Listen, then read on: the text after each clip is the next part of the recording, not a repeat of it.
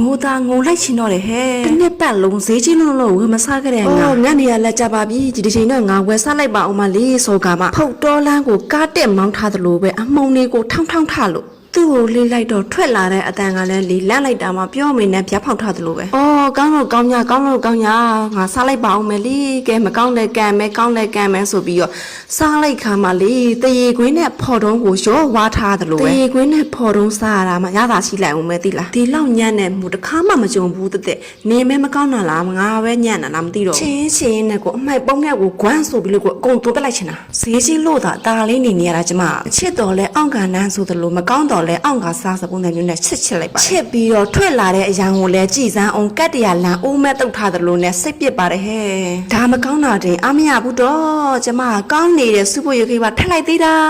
ကဲအခုတော့စိတ်နေတဲ့စုပ်ရကလေးပါအားလုံးမဲသွားပါပြီရှင်ကဲမှုရေးမကောင်းတာကောင်းတာကနင်ပိုင်းစားမှာငါပိုင်းရှင်းပြီလား